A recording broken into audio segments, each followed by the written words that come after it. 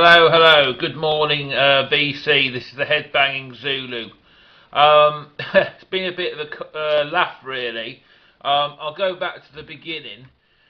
Basically, what happened was, I don't know if you know, but the Rolling Stones are touring this year, and I did some big research last week to see if I could afford to go and see them. Now, the nearest venue to me is Manchester, and I did all the math, and unfortunately, it's well out my price range. For the simple reason is, I don't know if you've read in the news just recently, but the government are getting involved about the tickets, because they actually advertise the ticket at, say, 50 quid for argument's sake. By the time you paid fees or stuff like that, it goes into 100 quid. It's basically doubled in price. Plus, for the fact I will need accommodation, and when you've taken that into consideration, it's going to be a 200 quid a day concert. It's just too much. I've also found out that Nightwish are touring as well this year, and they're playing a venue which is close to me. That's Birmingham, and so I should probably go and see them. It'll be a lot cheaper.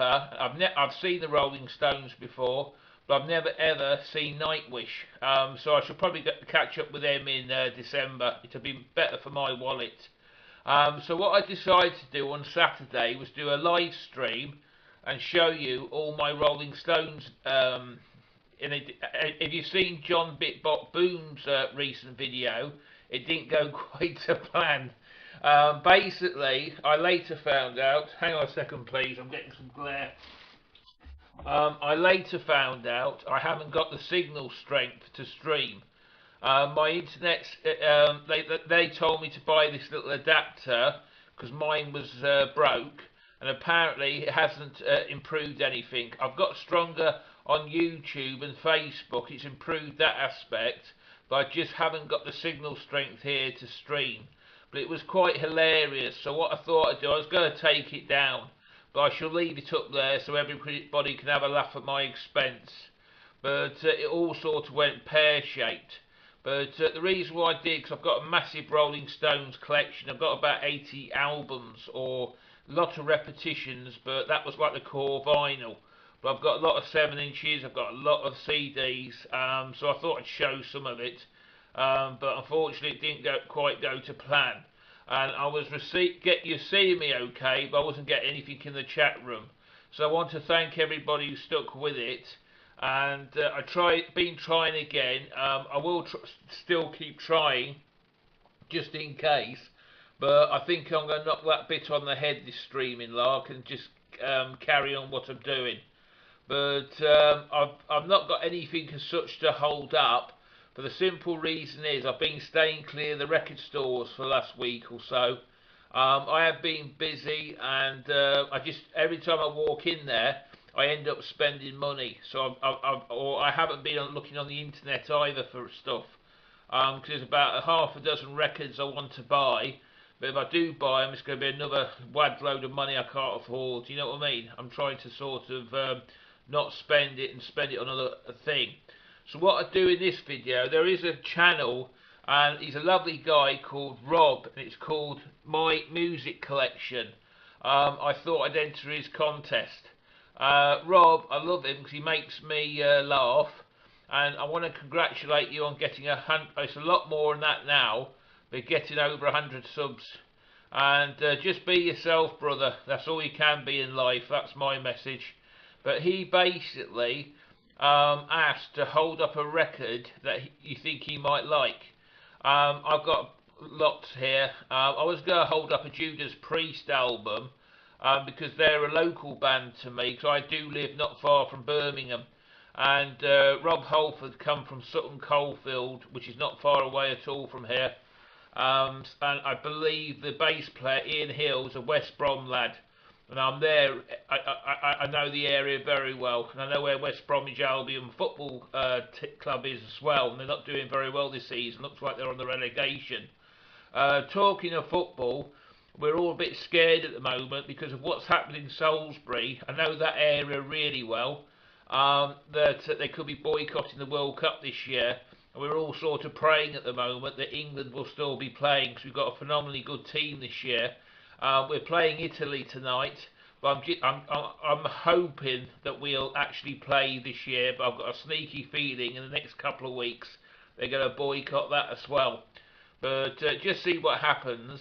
But anyway, Rob, he's basically asked us to hold up a record that he may, that you may think he wants in his collection. If you ain't, what I'm going to do is hold up one record, and to me, it's the only heavy metal record I will give a 10 out of 10 to all day long, and that's this one, The Headless Children by Wasp.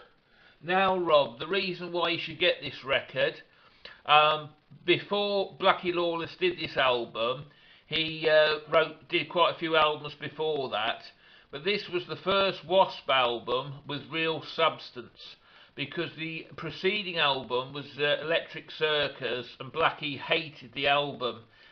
He just did not like it at all. He felt that he could write music with more substance.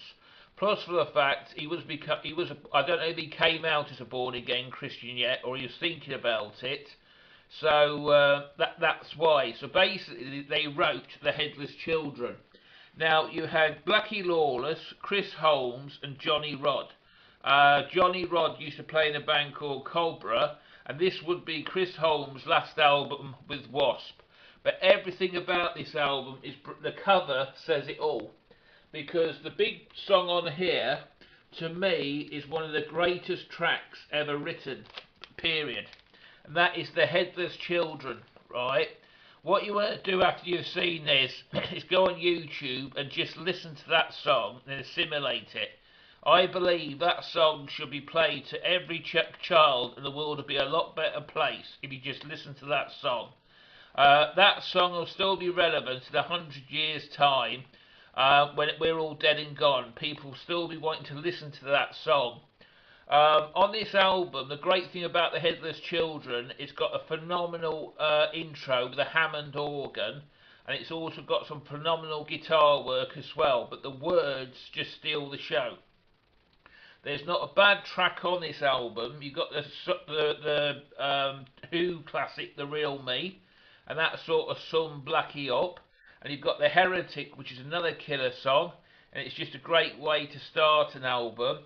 You've got The Neutron Bomber, which is just awesome. I believe that was about an arsonist, but I might be wrong. And you've got Forever Free, which was written as an answer to Lynyrd Skynyrd's song Forever Free. And you got Mean Man, which is another classic that was written for Chris Holmes. But this album is just brilliant. It's like Crimson Idol, the one that came after that. You can't really separate them. They're just phenomenally good albums. I always tell people that if you haven't got this record in your heavy metal collection, you ain't got a metal collection. Another band I expect to find in a person's metal collection is Suicidal Tendencies. They're an awesome band.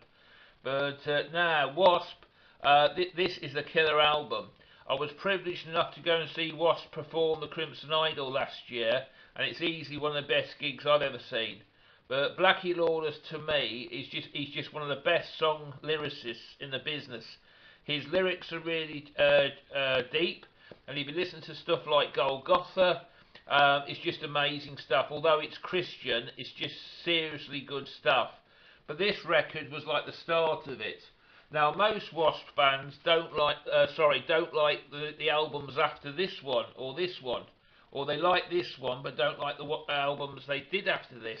But I'm the opposite. I think Blackie got better like a good wine. He got better with age, and he sort of more bar the early 2000s when he did a couple of albums that were not very good.